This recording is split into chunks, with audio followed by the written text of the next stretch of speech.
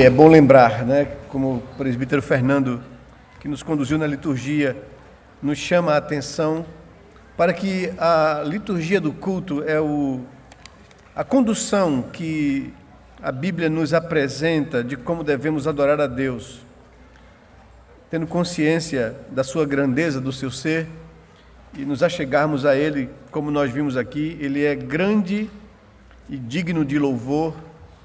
Ao mesmo tempo, quando contemplamos esse Deus maravilhoso, justo, grandioso, percebemos a nossa pequenez, a nossa pecaminosidade, quanto somos falhos diante dele, e buscamos então a sua misericórdia para que ele nos perdoe os pecados, e é um momento da gente refletir na nossa vida e colocar diante dele aquelas áreas da nossa vida que precisam que ele transforme, que ele santifique, que o seu Espírito nos conduza a arrependimento, nos conduza ao desejo de poder agradar a Deus e viver de acordo com a sua vontade. E nós buscamos do Senhor o perdão. Esse Deus que é grandioso e justo é também Deus misericordioso, que pode nos perdoar dos nossos pecados e nos purificar das nossas injustiças. E por isso nós nos achegamos a Ele e confessamos a Ele confiantemente a nossa culpa e pecado, na certeza de que o que Cristo fez na cruz é suficiente para nos perdoar, e o sangue dele nos perdoa e nos purifica dos nossos pecados. E daí nós adoramos a Deus, nós cantamos louvores em gratidão, nós engrandecemos o seu nome, nós falamos da sua maravilha, cantamos o seu amor, e em seguida também consagramos a nossa vida ao Senhor, dedicando a Ele nossos dízimos, nossas ofertas, reconhecendo que tudo que temos provém da sua boa mão, que Ele é um Deus não somente grandioso, criador, mas também não somente misericordioso e perdoador, mas é um Deus gracioso, que nos concede na sua providência o necessário para a gente viver uma vida digna. E essa é a razão pela qual Deus estabelece que o seu povo, em culto, traga ao Senhor parte daquilo que o Senhor nos tem dado em sua graça e misericórdia. É um momento de adoração a Deus também, de reconhecimento. E tudo isso nos conduz a esse momento aqui, quando nós abrimos a palavra de Deus e aguardamos que Deus, na sua graça e misericórdia, nos fale ao coração. E o culto é essa dinâmica, quando nós oferecemos a Ele adoração, oferecemos a Ele louvor, buscamos dEle o perdão e a misericórdia, oferecemos a Ele a gratidão, os cânticos, os nossos bens, a nossa vida, e na expectativa de que Ele se agrade disso, e que Ele, que conhece os nossos corações, se agrade da motivação da nossa alma. E então, quando Ele se agrada, Ele fala ao nosso coração. E o Espírito Santo de Deus usa pessoas humanas, falhas, limitadas e pecadoras, para comunicar a verdade de Deus. E é nesse intuito que eu gostaria de convidar vocês a abrir a palavra do Senhor no Evangelho segundo Marcos, no capítulo 4. E convidar todos vocês que nos acompanham, que estão aqui conosco na igreja, que nos visitam, e aqueles que acompanham pelas redes sociais, buscar a Deus sinceramente e pedir ao Senhor de coração que Ele abra os nossos olhos e fale ao nosso coração, comunique essas verdades da sua palavra à nossa vida, e que a gente possa sair daqui tocado pelo seu Espírito, transformados pela sua palavra. Que Deus use de graça e misericórdia. Evangelho segundo Marcos, capítulo 4, verso 35 ao verso 41. É um texto conhecido, está narrado nos 3 evangelhos sinóticos, tanto de Mateus quanto aqui de Marcos e no evangelho de Lucas, e trata daquele momento quando Jesus acalma uma tempestade que assola o mar da Galileia e quase leva a pique, a naufrágio, o barco que Jesus estava com seus discípulos e outros também. Diz assim o texto, do verso 35 ao verso 41. Naquele dia, sendo já tarde, disse-lhes Jesus: passemos para outra margem. E eles, despedindo a multidão, o levaram assim como estava, no barco, e outros barcos o seguiam. Ora, levantou-se grande temporal de vento, e as ondas se arremessavam contra o barco, de modo que o mesmo já estava a encher-se de água. E Jesus estava na polpa, dormindo sobre o travesseiro. Eles o despertaram e lhe disseram: Mestre, não te importas que pereçamos? E ele, despertando, repreendeu o vento e disse ao mar: Acalma-te, emudece. O vento se aquietou e fez-se grande bonança. Então lhes disse: Por que sois assim tão temerosos ou tímidos? Como é que não tendes fé? E eles, possuídos de grande temor e admiração, diziam uns aos outros: Quem é este que até o vento e o mar lhe obedecem? Quem é este que até o vento e o mar lhe obedecem? Vamos orar a Deus. Pai, nós queremos te agradecer, porque sendo tu quem és, o Deus do universo, o Senhor de todas as coisas, Criador, um Deus magnífico, majestoso, grandioso, cheio de glória, se compadece de nós, pessoas pecadoras, e nos convida a estar em tua presença, para te cultuar, para te bendizer. Os nossos olhos, Senhor Deus, não podem te ver, porque tu não tens uma forma, uma aparência. Tu és um Deus que não habita em templos. Tu és o Senhor do universo e estás presente em todo o espaço e em toda época e em todo tempo. O Senhor não se limita a um corpo, a uma forma, a uma aparência. Mas nós podemos, ó Senhor Deus, em obediência à tua palavra, nos colocar aqui na tua presença na certeza de que tu estás aqui, que atendemos a um convite do Senhor para estar reunidos para te adorar. A tua palavra nos diz que quando o teu povo se reúne, mesmo que em pequeno número, o Senhor está presente ali para receber adoração e culto. É nessa convicção e certeza que nós nos apresentamos aqui nessa noite, abrimos a tua palavra, lemos, ó Senhor Deus, a tua revelação, que fala da tua grandeza, desse ser magnífico que tu és. Percebemos quão insignificantes somos e quão pecadores somos diante da tua santidade. E nos dobramos diante do Senhor, nos humilhamos e confessamos ao Senhor que nos sentimos inaptos a estar na tua presença, somos pecadores diante de um Deus que é justo e santo. E clamamos ao Senhor por misericórdia, por perdão.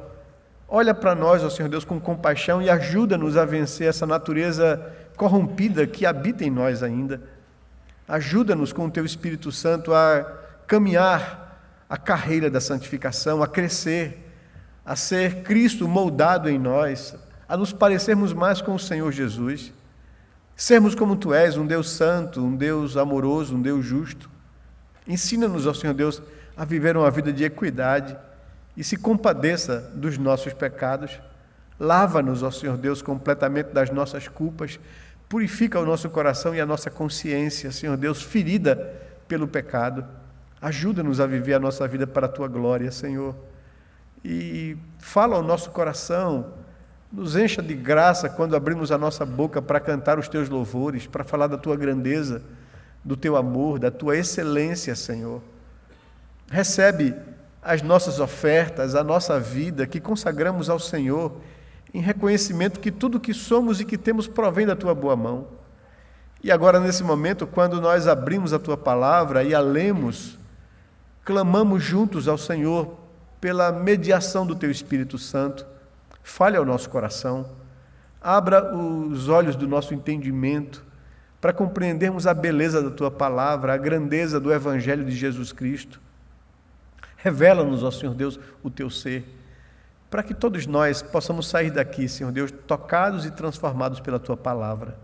Fala ao nosso coração, essa é a nossa expectativa, é o nosso desejo, a razão de estarmos aqui, de nos reunirmos, é porque nós queremos estar diante do Senhor e ouvir a tua voz.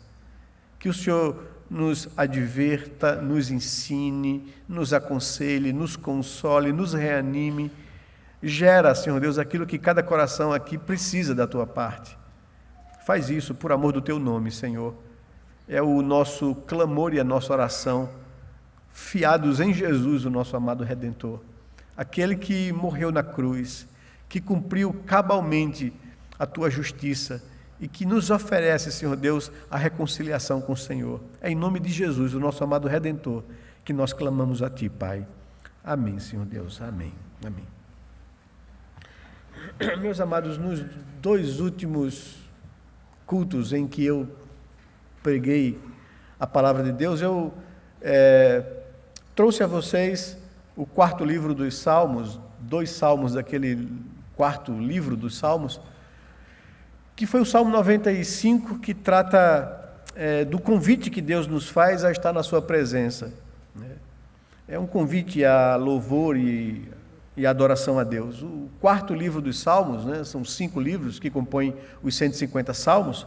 O 4º livro do Salmo, que se inicia no Salmo 90 e vai até o Salmo 106, é todo um convite à adoração, ao culto solene a Deus, e que traz e convida o povo de Israel a entoar essas orações e esses cânticos, que são os salmos, são cânticos de adoração e de louvor a Deus. O Salmo de número 95 diz que nós atendamos ao convite de Deus, vinde, cantemos ao Senhor, cantemos com alegria, com júbilo, celebremos ao rochedo da nossa salvação, saiamos das nossas casas ao seu encontro com ações de graças, vitoriemo-lo com salmos, porque o Senhor é o Deus supremo e o grande Rei acima de todos os deuses. Nas suas mãos estão as profundezas da terra, e as alturas dos montes lhe pertencem. Dele é o mar, pois ele o fez, obra de suas mãos os continentes. Vinde, adoremos e prostremo-nos, ajoelhemo-nos diante do Senhor que nos criou.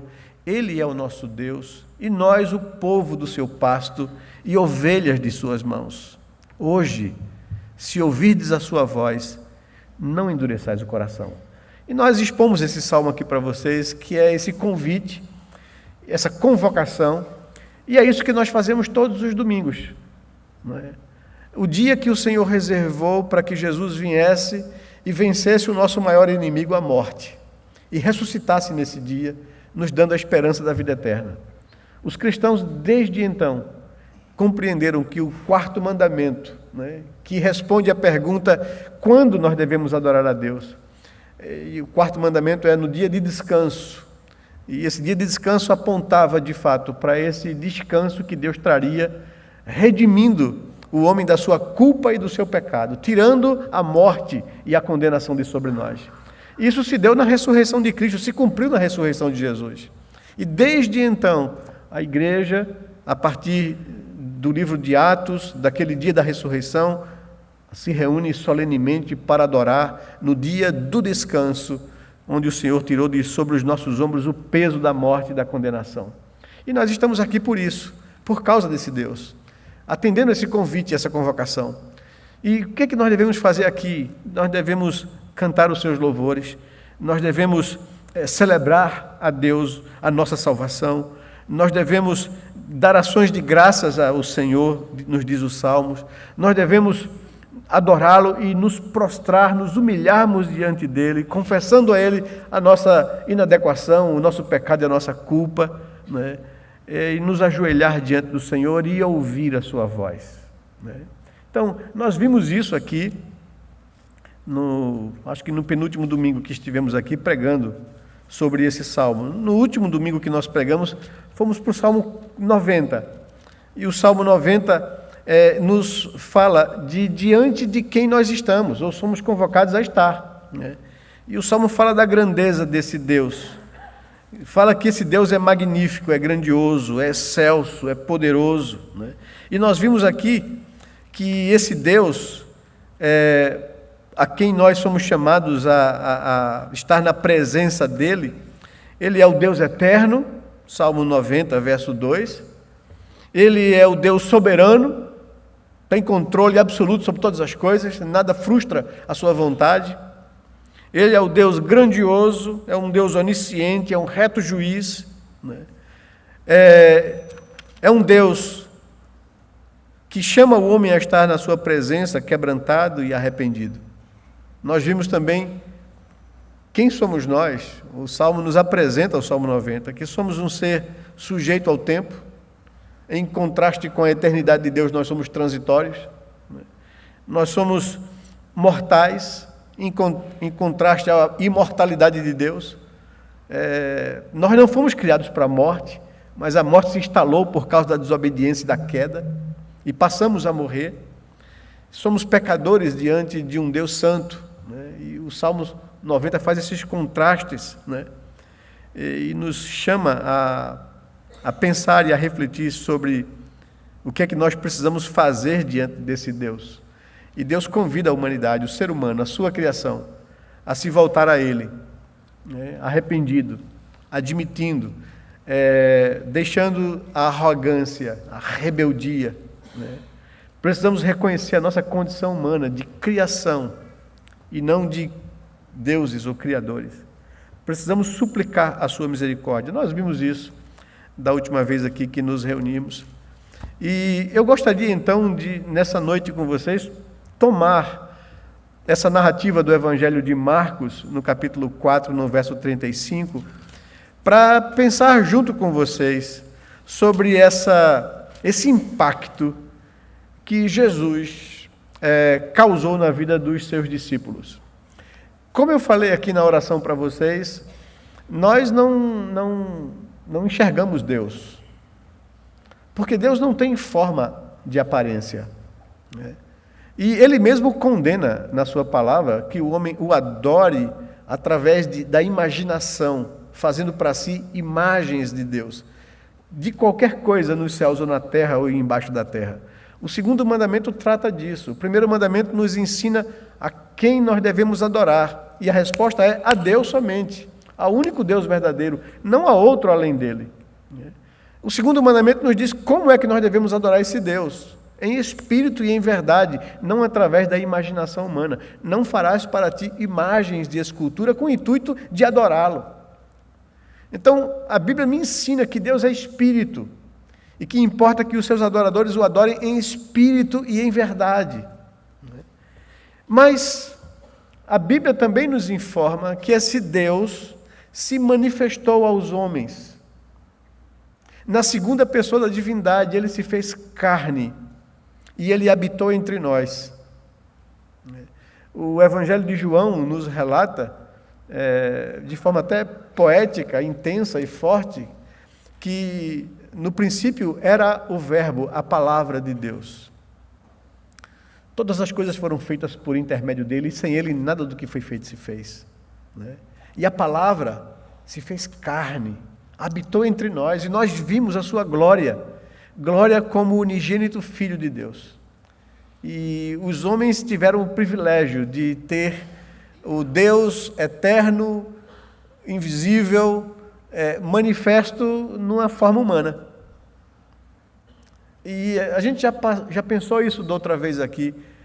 Quando Jesus Cristo assumiu essa forma humana, quando a segunda pessoa da divindade assumiu uma forma humana, com o intuito de receber na carne a condenação de Deus, para livrar nós, os seres humanos, da condenação, e quando ele venceu a morte, porque a morte não tinha poderes sobre ele, e ele ressuscitou ao terceiro dia, ele vai viver toda a eternidade com um corpo agora glorificado. E a segunda pessoa da divindade vai ser o nosso acesso visível a Deus. Essa é uma coisa que não dá nem para a gente tentar conjecturar, teologicamente falando, porque Deus, na pessoa de Cristo, assumiu uma forma humana para suprir uma necessidade nossa, tanto de redenção como a nossa necessidade de poder estar diante dele.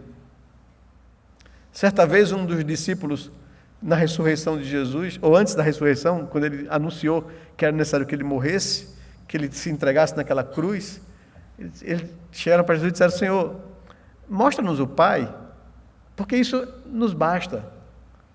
E ele responde a Filipe, esse discípulo, dizendo: Filipe, há tanto tempo eu estou com você, você ainda não entendeu, né? que quem vê a mim vê o Pai, e eu sou a expressão exata do ser divino. Né? Então, nós temos um privilégio como raça humana de Deus ter feito isso por nós, para nos redimir da nossa culpa, do nosso pecado. A mensagem que o pastor Augusto trouxe hoje pela manhã, expondo os 3 primeiros versos do capítulo 2 de Efésios, né, nos pintou um quadro, né, tenebroso do que é a nossa natureza humana e caída. Né? Eu estava brincando com o pessoal da minha classe da escola dominical, dizendo: se vocês não vierem no próximo domingo, vocês vão ficar perdidos, né? Porque só nesse quadro triste do que é a natureza humana que a Bíblia revela é terrível. Venham no próximo domingo para ver o verso 4 em diante, né? Que mais esse Deus, que é rico em misericórdia, por causa do grande amor com que nos amou, e mesmo estando nós mortos, nos deu vida juntamente com Cristo. Isso é graça, e por ela nós somos salvos. Né? É esse Deus gracioso que manifestou essa misericórdia encarnando na segunda pessoa da divindade, assumindo uma forma humana. E como gente, como ser humano, como eu e você, se sujeitou a todo tipo de tentação que eu e você está sujeito, diz o escritor de Hebreus. Com uma diferença: ele não cometeu pecado. E como um justo, se entregou naquela cruz para receber sobre ele aquilo que era sobre nós. É esse Cristo que impacta o coração desses discípulos. É esse Cristo que, num determinado momento da sua vida aqui, como um homem cansado de um dia de trabalho, né? E eu me identifiquei tanto com esse texto, porque quando a gente chega no final do ano, a gente já está só os cacos, né? Assim, e a gente está cansado, e a gente doido para chegar janeiro para tirar férias, né? Para poder recompor nossas forças. E aqui o texto nos diz que após um dia muito intenso de atividades, ensinando e pregando às multidões, você vai ver todo o contexto anterior, enfrentando a oposição de seus adversários religiosos, Jesus diz aos seus discípulos mais ou menos isso: vamos atravessar o lago de Genezaré e descansar na outra margem. Lá ninguém vai. Lá é terra de gentios. O pessoal não vai para lá não. Então, assim, vamos pegar um barquinho e vamos tirar uns dias de descanso. Vamos para o outro lado. Né? Claro que você vai, se você continuar lendo, você vai perceber que Jesus foi para lá também para alcançar e evangelizar os gadarenos. Né? Mas essa era a intenção dele, descansar um pouco com seus discípulos. Já era o final do dia, o final da tarde. Certamente eles enfrentariam a noite naquela travessia. Jesus estava, de fato, muito cansado, se a gente observar o texto. Tanto que ele pega no sono, na viagem. O pessoal guia o barco e ele foi lá descansar, foi dormir. Enquanto está dormindo, a noite serena e calma se torna tempestuosa, ventos, né, levantam a água, levantam ondas contra o barco, diz o texto, e eles foram seguidos também por outros barcos que não deixavam Jesus em paz, né? Lá pelas tantas, uma grande tempestade atinge aquelas embarcações, a ponto daqueles experientes pescadores, porque eles eram homens do mar, eram homens do mar da Galileia. Pedro, João, Tiago e André eram experientes pescadores, navegadores, né? Mas a tempestade era tão forte que esses experientes pescadores não conseguiram conter a embarcação. E após muitas tentativas, talvez frustradas, de controlarem a situação, eles apelaram para Jesus e foram lá acordar e despertar Jesus do sono com essas palavras, né? Mestre, acorda, estamos para morrer, quase indo a pique, e o Senhor não se importa com isso, né? O texto no Evangelho registrado por Marcos nos informa que Jesus despertou do sono e falou duro contra os ventos e contra o mar, e repreendeu com essas palavras, né? Mais ou menos isso. O que é isso? Né? Aquieta-te e cala-te. Né? Aquieta-te, mar, as ondas, e cala-te, vento. Depois, Dirigiu-se a seus discípulos, quando resolveu essa bronca aí com a natureza, né? Dirige aos seus discípulos e lhes diz: por que vocês são assim tão medrosos? A palavra tímido aqui é essa a ideia. Por que vocês são tão acanhados e se retraem diante de um desafio como esse? Como é que, apesar de vocês me conhecerem, andarem comigo, verem os meus milagres, saberem que eu sou Senhor sobre a natureza, vocês não conseguem confiar? E diz o texto, que, verso 41, que eles, possuídos de grande admiração e temor diante daquela situação, diziam uns aos outros: quem é este que até o vento e o mar lhe obedecem? Então, tomados de surpresa, de admiração, os discípulos se perguntam: quem é este? E a gente está tentando construir uma sequência para trazer a cada um de vocês consciência de que ser cristão não é você seguir uma religião, de que a gente tem que ter cuidado para não permitir que o nosso coração se acostume com as coisas espirituais, que a gente comece a viver a vida cristã de forma mecânica, ou que a gente venha para os cultos ao domingo no automático, como se fosse uma coisa que eu faço todo domingo e perco o foco ou a razão pela qual eu estou indo à igreja. Se torna algo comum e a gente perde o brilho do que isso significa. E por isso que eu venho insistindo com essa questão. Quando nos reunimos aqui, você não vem ouvir tão somente o pastor Augustus, que sabe pregar e expor a Bíblia como ninguém, né? Ou o pastor Cláudio, que prega longamente e cansa a gente sempre, né?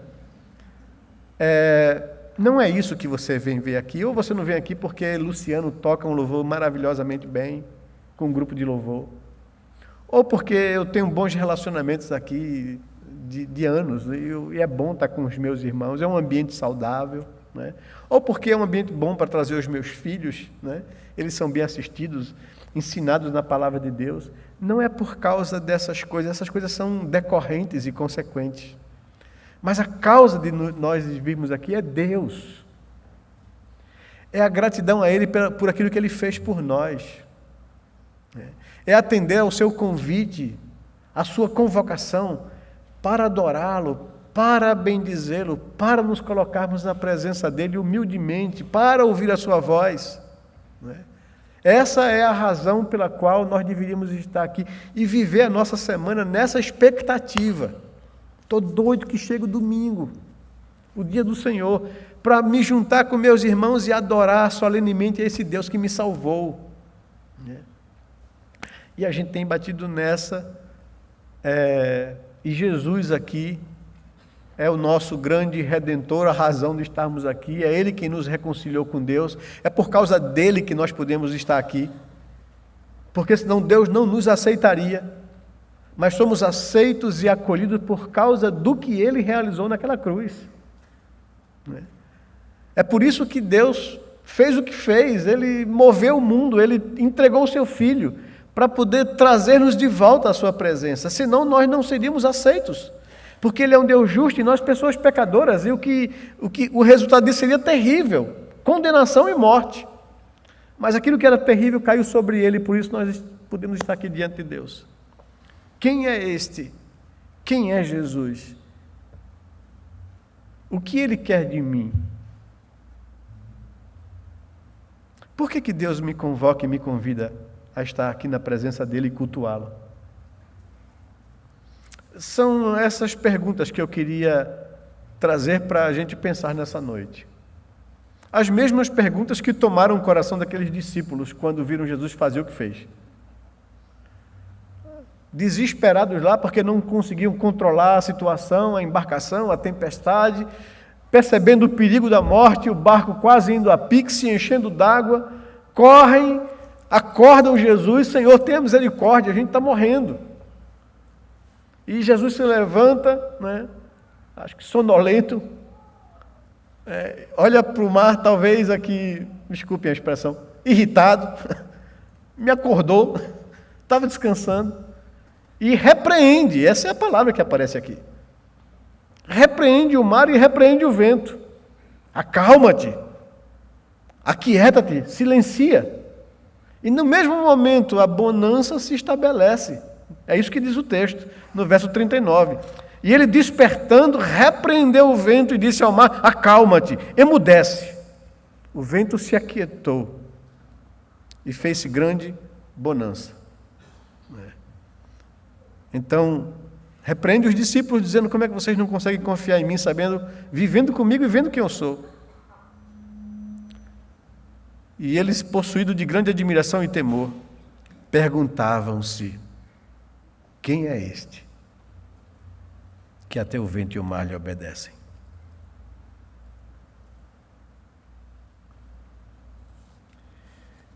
Eles, admirados do que viram e ouviram, faziam essas questões, e eu queria também fazer essas perguntas a vocês nessa noite. Você tem consciência? Você sabe por que estamos aqui?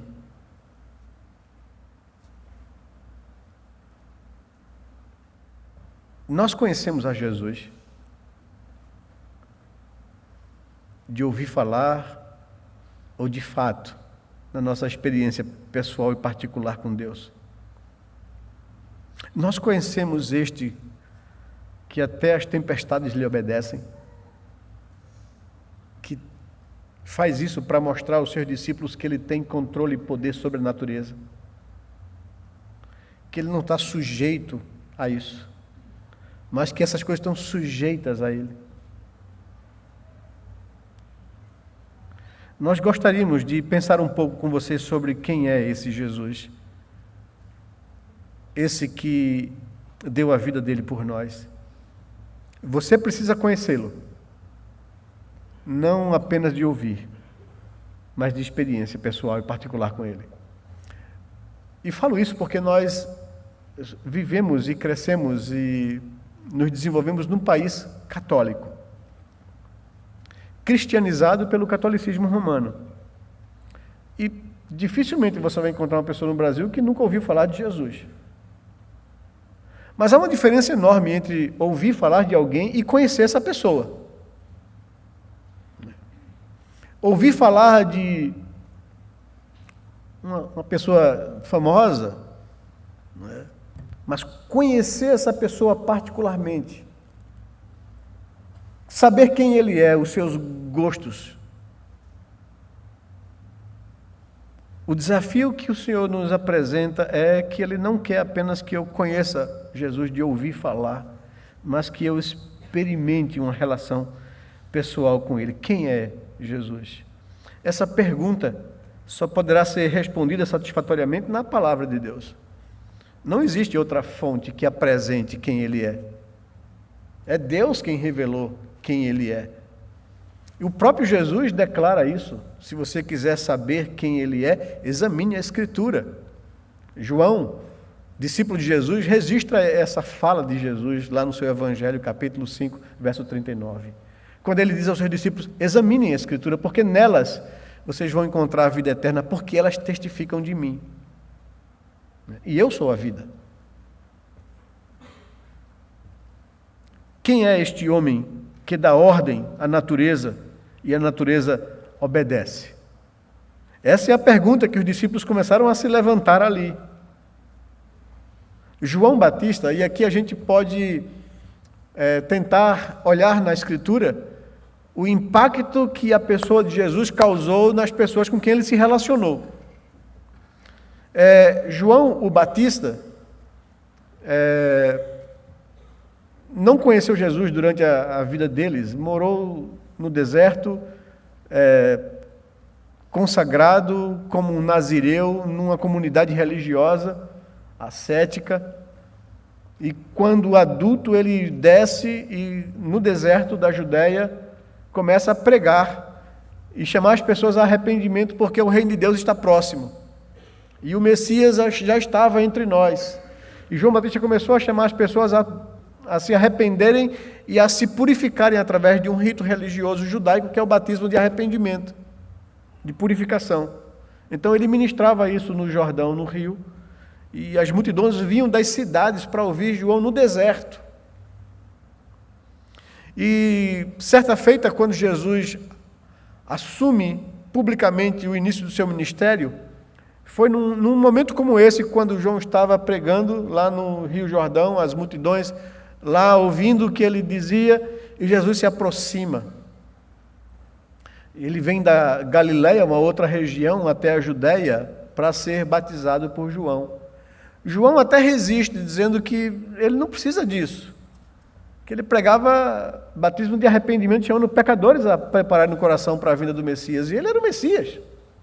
Mas a declaração que João faz diante da multidão, quando vê Jesus pela primeira vez, se aproximar dele, é essa declaração: eis aí o Cordeiro de Deus, que tirará o pecado do mundo. E João entende que Jesus é aquele pelo qual todo o rito e as leis cerimoniais litúrgicas do Antigo Testamento e dos sacrifícios apontavam para ele. Todos os sacrifícios que eram feitos no Antigo Testamento apontavam para aquele sacrifício que aconteceria. E ele era, de fato, o Cordeiro de Deus, que tiraria o pecado do mundo. O escritor de Hebreus diz que sangue de animais não tira pecado de ninguém. Eram apenas símbolos do sacrifício que Deus faria pela humanidade, entregando o seu filho para morrer na cruz, como um cordeiro mudo, diz o profeta. Ele foi levado à cruz e não abriu a sua boca como um cordeiro, não reivindicou seus direitos, se entregou à morte por amor a cada um de nós. E João Batista diz: é ele, é o Cordeiro de Deus que tirará o pecado do mundo. João Batista também declara, nessa mesma ocasião, que ele é o Filho de Deus. O apóstolo Pedro, quando questionado por Jesus, juntamente com o questionamento era para os discípulos, né? Faz essa declaração. Jesus diz: olha, quem as pessoas dizem que eu sou? Dizem que tu és um grande profeta, como Isaías, Jeremias, Elias. Mas vós, quem dizeis que eu sou? E Pedro afirma: tu és o Cristo, o Messias prometido, a quem Israel espera. E tu és o Filho de Deus. E Pedro, então, já tem essa consciência quando questionado na última semana de Jesus, quando ele sai lá de Cesareia para ir a Jerusalém e ser crucificado. Então, eles têm essa consciência e Jesus chama um diálogo com eles acerca disso. Já que vocês têm essa consciência, saibam que o Cristo, o Filho de Deus, será entregue na mão dos pecadores e será crucificado numa cruz. E foi um diálogo duro para os discípulos ouvirem, triste deles receberem. Mas eles tomaram consciência, como João Batista, como Pedro aqui e os demais discípulos, como o próprio centurião romano, responsável por garantir a crucificação de Jesus, presente ali quando Jesus estava sendo crucificado. E quando ele entrega o seu espírito a Deus na terceira hora do dia, na nona hora do dia, às 3 da tarde, o céu se abala, há terremotos, tremores, a luz se escurece. E o centurião, vendo tudo aquilo, lá em Mateus capítulo 27, verso 54, diz: verdadeiramente este era o Filho de Deus. Ele era o Salvador do mundo. Os samaritanos, que eram inimigos dos judeus e que tiveram contato com Jesus, tiveram essa mesma impressão. A mulher samaritana, depois os homens de Samaria, quando tiveram contato com Jesus, João capítulo 4, verso 42, afirmam isso: este é verdadeiramente o Salvador do mundo. Quem é este que até o vento e o mar lhe obedecem? Ele é o Cristo de Deus, o Messias prometido, o Cordeiro que tirará o pecado do mundo, o Salvador. Eram essas as impressões daqueles que estiveram em contato com ele.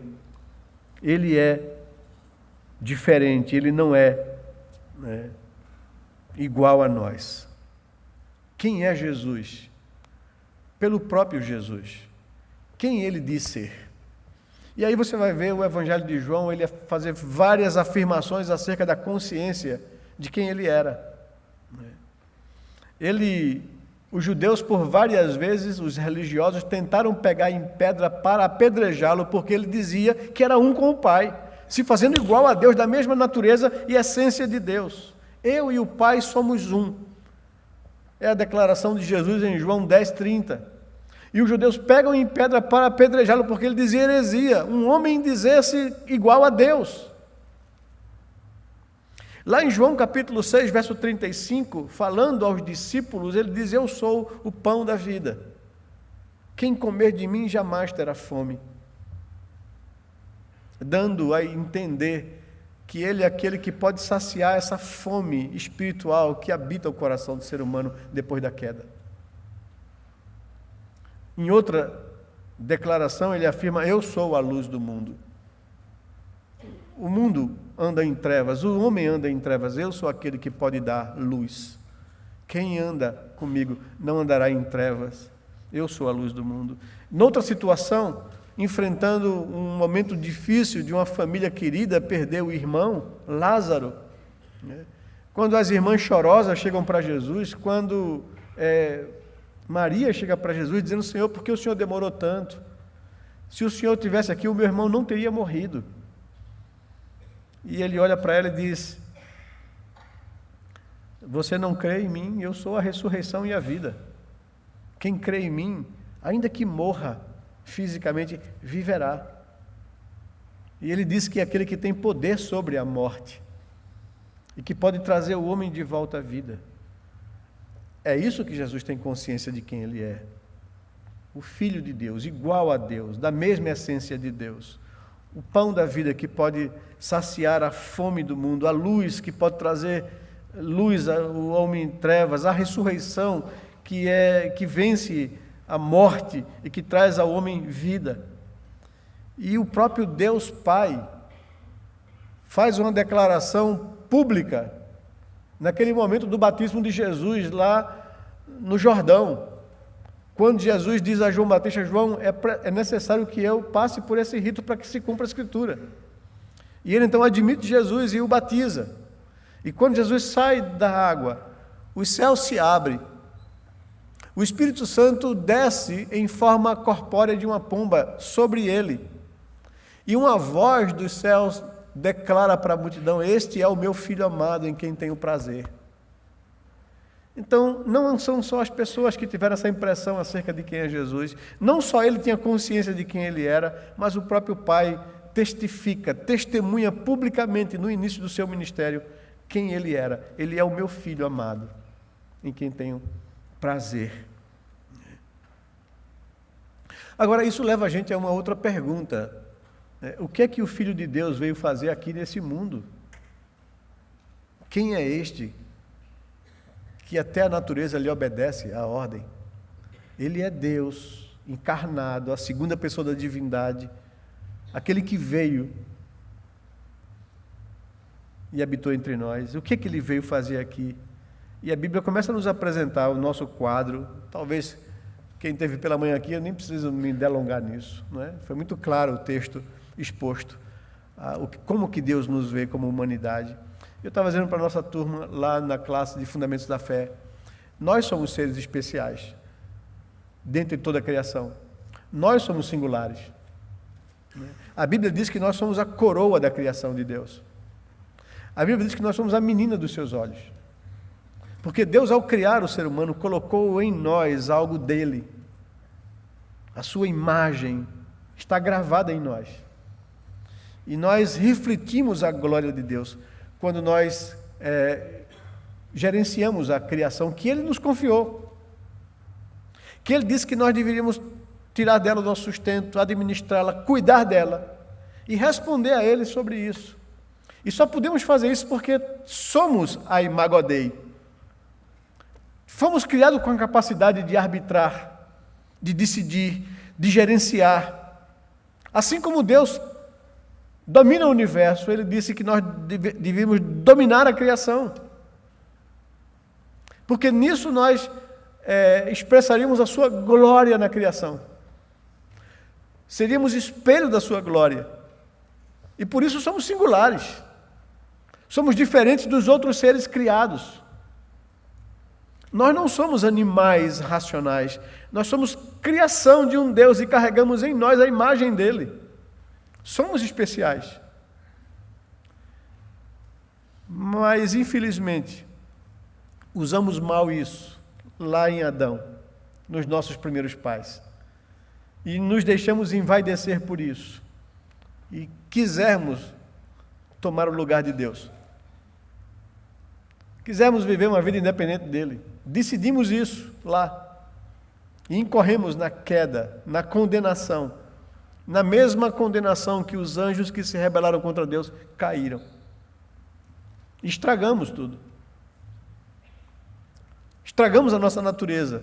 Agora ela é morta, corrompida, escrava do pecado. Com suas paixões. Estragamos a criação. Nós não fomos criados para a morte, trouxemos a morte como consequência do nosso pecado. Estragamos a criação. A Bíblia diz que a criação geme pela redenção em Cristo Jesus. Para que todas as coisas sejam feitas novas em Cristo Jesus. Nós estamos separados de Deus por causa da queda. Rompidos com Deus, rachados com Deus, mortos em delitos e pecados, como vimos hoje pela manhã. E Deus Pai, por causa disso, enviou o seu Filho para nos redimir e nos salvar. É isso que diz o Evangelho de João, capítulo 3, verso 16 e verso 17. Diz que Deus amou o homem de maneira tal que deu o seu Filho, para que todo aquele que nele crê não pereça, mas tenha vida eterna. Porque ele enviou o seu Filho não para condenar o mundo, mas para salvar o mundo. Salvar o ser humano da sua condição de morte. Ele se entregou na cruz voluntariamente pelos nossos pecados. Ele levou sobre si a nossa culpa naquela cruz, diz Pedro na sua primeira carta, no capítulo 2, no verso 24. Deus não nos abandonou, é isso que é o Evangelho. A boa notícia é essa: nós não fomos abandonados na nossa própria culpa. Deus poderia ter nos abandonado, seria justo se assim o fizesse. Mas Ele foi misericordioso, Ele interviu ao nosso favor, se intrometeu na nossa história, interviu na nossa vida, por amor a nós, a ponto de dar a vida do seu Filho, para resgatar pessoas como eu e você, pecadores em rebelião contra Ele. Ele nos amou e entregou a vida do seu Filho por nós. E o que Ele fez na cruz foi suficiente para aplacar a sua justiça. E nós podemos ser salvos se nos entregarmos e cremos nele. É isso que a Bíblia nos diz. Ele veio por causa disso e para isso, para realizar o plano do Pai, para poder redimir pessoas como eu e você. É Ele quem nos conduz de volta a Deus. Ele declara: eu sou o caminho, a verdade e a vida. E ninguém vem ao Pai, senão por mim. Ele é a verdadeira religião, ou religação do homem com Deus. O homem tenta criar as suas próprias religiões, para através do seu próprio esforço, conceitos ou piedades, tentar comprar o favor de Deus, mas isso é impossível. Nós vimos hoje pela manhã, porque estamos mortos em delitos e pecados. Nós não conseguimos resolver o nosso problema. A nossa consciência, por mais esforço que a gente faça, continuará ferida pelo pecado, pela consciência de culpa que temos. Por mais que nós tentemos fazer alguma coisa, nós não conseguimos. Como aquele jovem rico que chegou para Jesus dizendo: Senhor, o que é que eu posso fazer para herdar a vida eterna? E o Senhor diz a ele: siga a Escritura, a lei. E ele disse: eu tenho tentado fazer isso, desde que eu sou menino, cresci na igreja, mas isso não traz alívio à minha consciência. Por quê? Paulo vai dizer depois isso aos romanos, Porque pela observância da lei, ninguém será justificado. Porque o propósito da lei é apontar de fato a nossa incapacidade de cumpri-la. Nos levar à consciência disso e servir como um trampolim para nos levar a Cristo.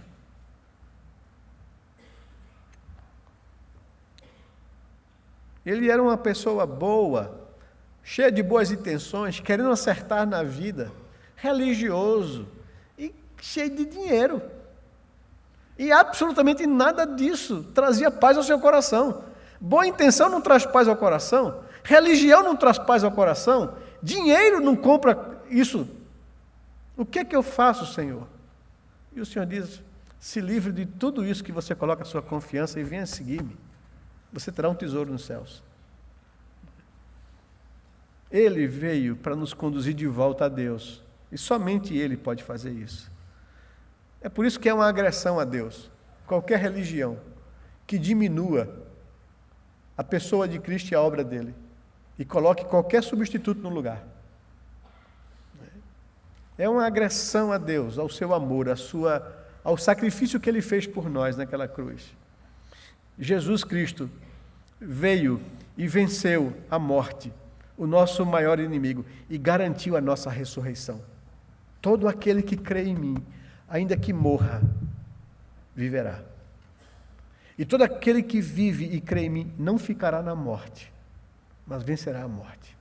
Por isso que Ele ressuscitou fisicamente, para nos garantir isso. Nós vamos viver com o corpo em glória na presença de Deus por causa da obra de Cristo Jesus. E para finalizar, o que Ele quer de mim? Olhe comigo para o texto de Marcos 4 e responda o que é que Jesus requereu dos seus discípulos, o que é que Ele pediu dos seus discípulos. No final, quando tudo acalmou e quando Ele resolveu aqueles problemas todos, o que é que Ele pede aos seus discípulos no verso 40? Né? Por que vocês são assim, temerosos, né? Tímidos, incrédulos? Como é que vocês não conseguem crer?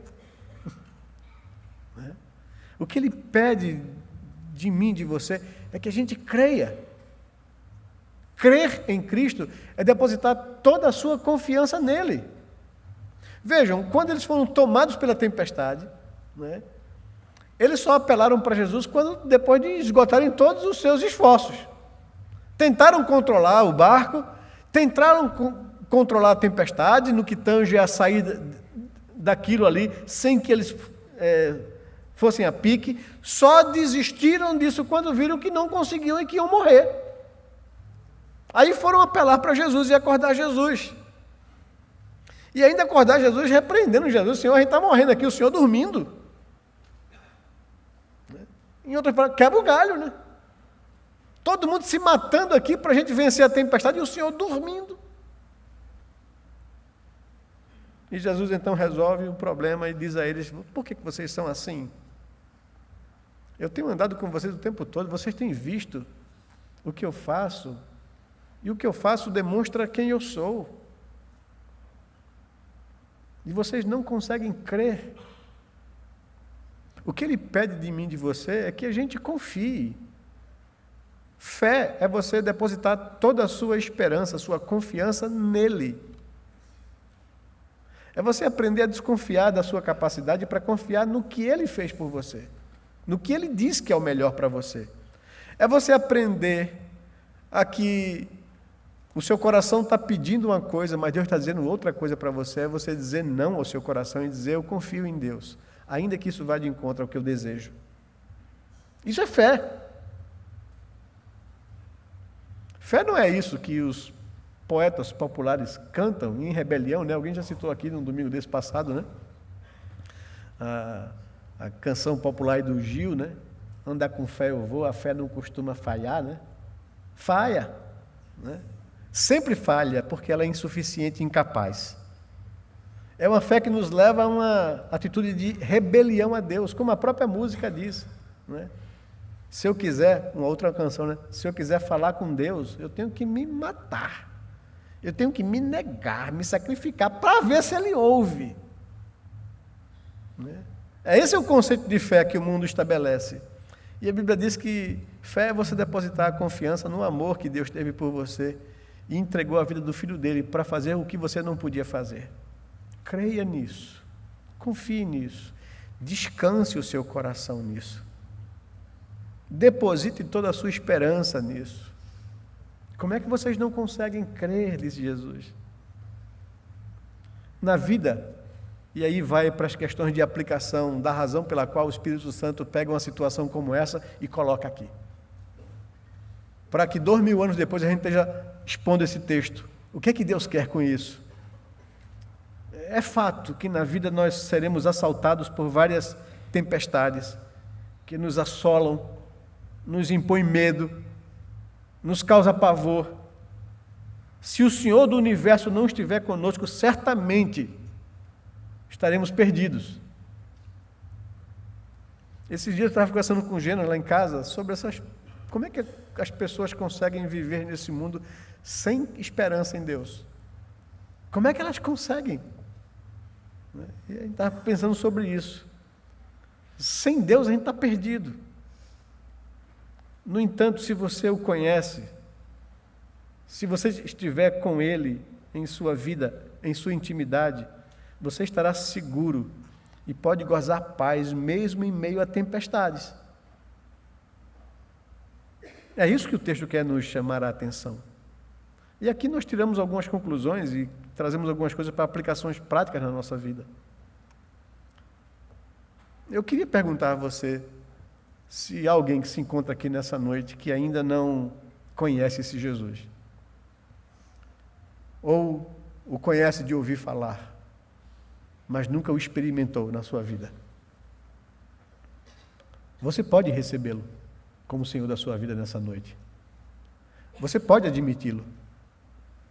Você pode pedir a Deus que manifeste, revele Jesus a você, a sua graça, a seu favor. Você pode recebê-lo. E eu pergunto a você não deseja isso na sua vida? Ter alguém que é por você, que Ele ama a ponto de entregar a sua vida por você. Alguém que pode espantar toda a tempestade que lhe assole na vida. Alguém que pode trazer paz ao seu coração em meio às maiores lutas da vida. Jesus pode fazer isso. E Ele veio a esse mundo para ter uma relação com o homem, encarnou, assumiu forma humana, habitou entre nós, e Ele quer ter essa relação com você. Nós nos reunimos aqui, buscamos a face de Deus, adoramos o Senhor, na expectativa de ouvir a sua voz. Nós viemos aqui para apresentar a você esse Jesus. Ele quer ser o seu Deus e o seu Senhor. Mas você precisa conhecê-lo, experimentá-lo, abrir a sua vida para Ele, convidá-lo a entrar na sua vida. Não apenas no ouvir, mas experimentar o seu amor, o cuidado dEle por você. Também, naquela ocasião, havia muitos outros barcos, mas Ele estava no barco daqueles discípulos. E aqui a gente faz uma analogia, trazendo para a vida da gente. Ele quer também estar no seu barco, na sua vida, né? Mas você precisa convidá-lo a entrar. Apocalipse capítulo 3, verso 20, a palavra de Deus nos diz que Deus não violenta a consciência de ninguém. Ele entregou o seu Filho e oferece a salvação, não é? E o texto lá nos diz que Deus quer ter comunhão conosco. Eis que estou à porta e bato. Todo aquele que ouvir a minha voz e abrir a porta, eu entrarei em sua casa, estarei com ele e ele comigo. Deus não vai forçar a barra de ninguém. É um convite oferecido a todo ser humano que abre a vida e o coração. Tem que ser uma decisão minha de querer a graça de Deus oferecida em Cristo Jesus. Eu preciso entregar a minha vida a Ele, abrir a minha vida para Ele. Em quarto, quem tem Cristo tem a certeza de que quando as tempestades assolarem a sua vida, Ele repreenderá os ventos e acalmará o mar. E me trará paz ao coração, mesmo em meio às maiores turbulências da vida. Você confia em Jesus? Você crê nele como seu único e exclusivo Salvador?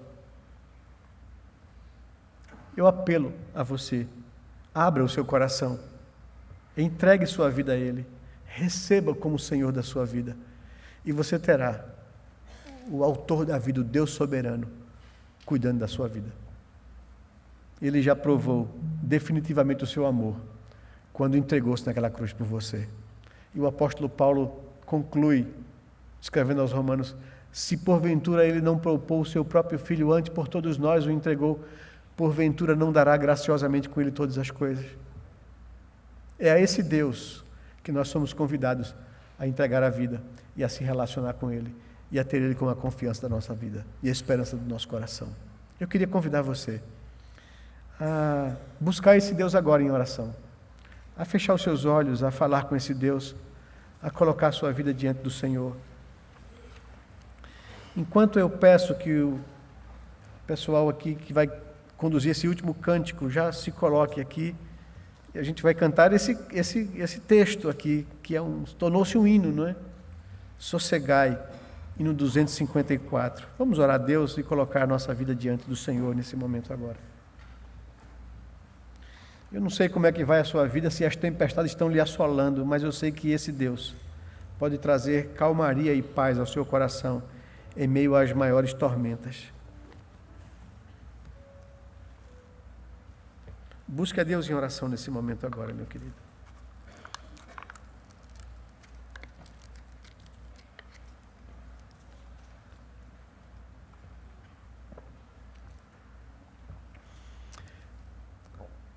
Pai amado, nos apresentamos ao Senhor nessa noite, colocamos a nossa vida diante do Senhor, lemos a Tua palavra que fala da Tua grandeza, do Teu ser.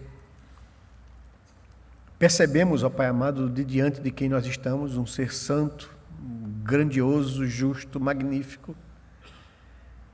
E até nos constrangemos por perceber que nós somos pecadores e o contraste da nossa natureza caída e pecaminosa com a Tua santidade nos leva, Senhor Deus, a uma sensação de juízo. E por isso nós confessamos ao Senhor a nossa incapacidade de satisfazer plenamente a Tua lei revelada na palavra. E pedimos ao Senhor que nos perdoe os pecados, confiados no que Cristo fez na cruz por nós, pagando o preço da nossa culpa e nos oferecendo reconciliação com o Senhor. E agora, ao ouvirmos essa palavra, pedimos ao Senhor, Pai amado, manifesta essa mesma graça aos corações que não Te conhecem nessa noite. Abre seus entendimentos para que eles percebam a necessidade que eles têm de Cristo, de se arrependerem da vida em rebelião contra o Senhor e confessarem ao Senhor a sua necessidade do Senhor e de se ajoelharem diante de Ti e de clamarem por Tua misericórdia, Senhor Deus, para que o Senhor possa acalmar as tormentas da culpa que nos consome a consciência. Nos faça gozar, Senhor Deus, a paz que vem como consequência do sacrifício de Cristo em nosso lugar. O perdão que podemos tomar para a nossa vida, Senhor Deus, por causa dos méritos do Teu amado Filho. Nós queremos adorar a Jesus e viver a nossa vida não mais para nós mesmos, mas para Ele, Senhor. Queremos pedir que nos perdoe a nós que já conhecemos esse Deus, mas estamos permitindo viver sobre o comando da natureza pecaminosa e não sobre a obediência ao Senhor. Tenha misericórdia de nós, Senhor Deus, e nos faça, assim como os discípulos, receber a Tua repreensão para confiar em Ti e aquietar o nosso coração e viver a nossa vida confiados na Tua misericórdia e graça. Abençoa-nos nessa noite, Senhor. Faz com que a palavra que foi anunciada aqui nessa noite possa encontrar lugar em cada coração e que a gente possa viver a nossa vida para a Tua honra, para a Tua glória, para o Teu inteiro agrado. É o que nós Te pedimos em oração, em nome de Jesus, nosso amado Redentor, a quem rendemos toda a honra e glória, Senhor Deus. Em nome dEle nós rogamos, Pai. Amém, Senhor Deus. Amém.